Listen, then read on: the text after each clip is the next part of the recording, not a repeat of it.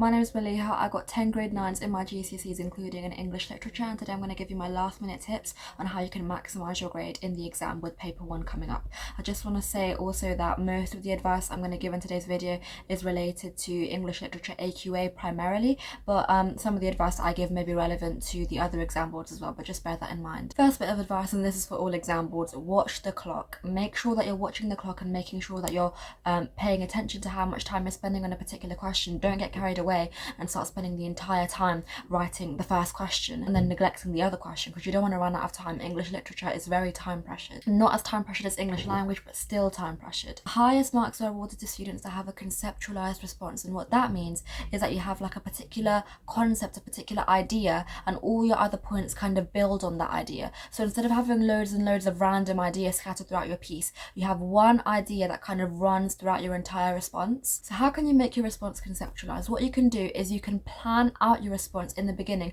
for around 5 minutes, maximum 10 minutes. Just spend that little bit of time at the beginning planning out your response. Choose some quotes, annotate the quotes, make your points from the quotes, and then whatever points you have, link them together to form a thesis statement. That thesis statement only needs to be around 1 to 3 lines. Have it in the beginning, and then as you write your response, every point that you make later on, link it back to your thesis statement in the beginning. That's how you have a conceptualized response that kind of layers each point on top of each other, rather than having loads of different points. I give this analogy to my 2Ts as well. You don't want loads of little cupcakes, you want a layered, tiered kind of wedding cake. Lots of layered analysis, not loads of scattered ideas. When you're including quotations in your response, embed the quotations in your writing. What that means is don't put it like this, like the writer uses the quote and then put quotation marks and the quote. You want to take the quote and kind of put it into a sentence. For example, let's say the quote was, "The mountain was silent." Not embedding the quote would be saying, the writer uses the quote, quotation marks, "the mountain was silent." To embed the quote, you would say something like this: the writer describes, quotation marks, "the mountain" as being, quotation marks, "silent." Embedding quotes is a really good practice for GCSE English. Give yourself a couple of minutes at the end to read through your response and check that you haven't made any spelling, punctuation or grammar errors. Even if they're not marking you for spelling, punctuation or grammar, if you think about it like this, the examiners are human and some of the marking is subjective and down to their discretion. So let's say you're hanging on the balance between like a level 2 or a level 3 response, and like there's like a mark between them, and the examiner's thinking which level they want to put you in.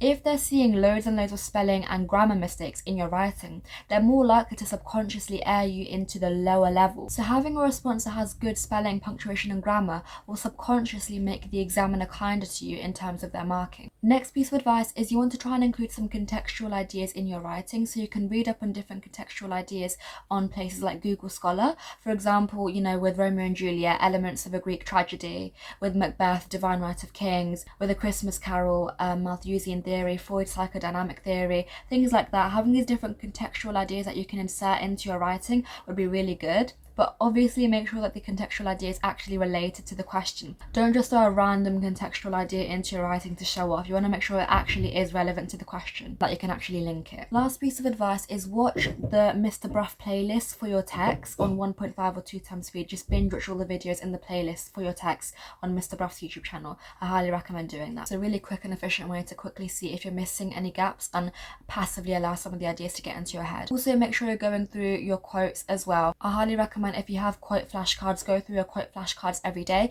If not, if you don't have any flashcards, you can blurt out different quotes instead maybe. I just want to quickly say also that if you're really struggling with English literature, or you really want a 9 in English literature and you're stuck on like 7s or 8s, you can actually have a free lesson with an experienced tutor on LessonWise, where they can go through any weak areas in English lit, answer any of your questions and overall build your exam confidence. I'm one of the tutors on there as well, so you could potentially get matched with me. All you have to do to access that free lesson is go to the description of this video, click on the link that I left in there. It'll take you to a page where you just have to fill out a form. It takes 30 seconds so that they can match you with a tutor and get you started. That's all my advice. If you have any questions, you can leave them in the comments or you can email me. My email is in my channel bio. Good luck with your exams. You got this. And yeah, bye guys.